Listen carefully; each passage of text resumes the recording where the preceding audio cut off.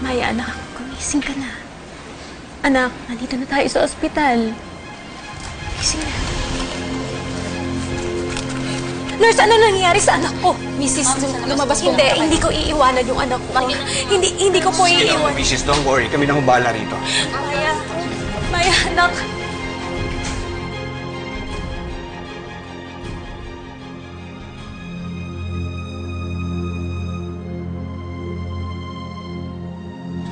May dengue ho ang anak ninyo. Dengue? Gagaling naman po siya, di ba? Kasi dinala ko nga po dito sa ospital. Sa ngayon, under observation pa siya. Pero kapag bumaba pa ang platelet count niya, kailangang masalina kagad siya ng dugo. Sa akin ho, pwede po kayo kumuha ng dugo sa akin. Type B po ako. Pwede po ba yun kay Maya? Type AB po ang anak ninyo. Hindi ho kayo magkadugo.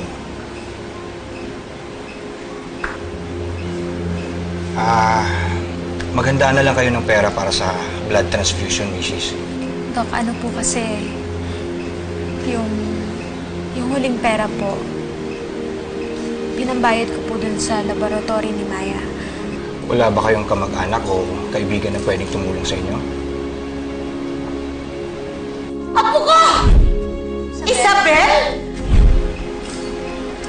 Wala po kasi kami ibang kamag-anak na tutulong sa amin.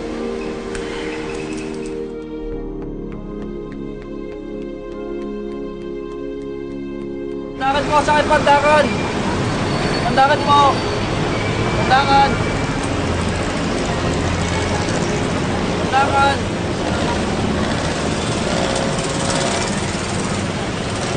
Magandang araw po!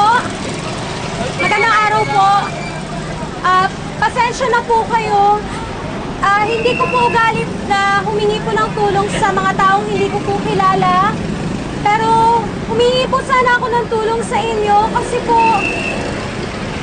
po yung anak ko po nasa ospital, may dengue po siya. Kung ano man po yung tulong nyo, tatanggapin ko po. Ang Diyos na po ang bahala sa inyo. Ay nako, narinig ko na yan. Racket yan. Pati anak mo, sinasama mo sa kalokohan mo. Masama yan. Sir, hindi po. Yung anak ko po talaga nasa ospital. Kung talaga may dengue anak mo, tawa-tawa lang ang sagot niyan.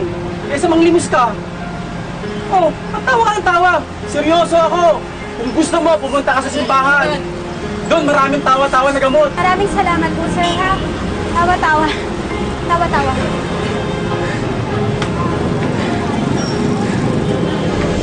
Ate, meron po ba kayong tawa-tawa? Yun bang gamot sa dengue ang hinahanap niyo? Opo, yun nga po. Doon sa bungad ng simbahan. Kay Aling Flor mo rin siya doon. Sige, maraming salamat po. May dala akong tawa-tawa. Sabi nila mabisa daw to para sa dengue. Baka pwedeng painom natin kay Maya ngayon. Okay po sana yan. Kaya lang po, advanced stage na ang dengue ng anak ninyo. Masyado na pong mababa ang platelet count niya. Kailangan niya na po ng blood transfusion.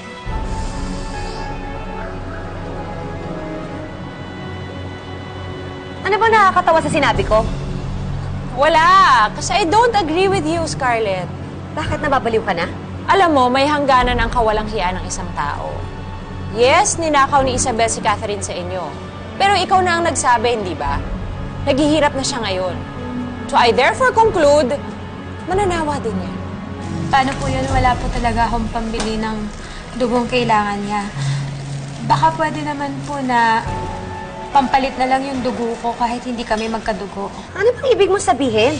One day, magigising yan si Isabel, magbabago ang ihip ng hangin, at may isipan niyang ibalik sa inyo si Catherine. Kasi ang nanay, wala yang hindi gagawin para sa anak niya. Hindi niya anak si Catherine. Bakit? Ikaw rin naman hindi ah. Alam mo, ang lakas mo mambasag. Sinasabi ko lang. Kakainis ka na. Pwede naman po. Kaya lang po, kukulangin pa rin po yung dugong kukunin sa inyo para ipangpalit. Kung wala po kayong makukuhang ibang donor, kailangan niyo po talagang bumili ng dugo sa blood bank. Namibiligro na po kasi ang kondisyon ng anak ninyo.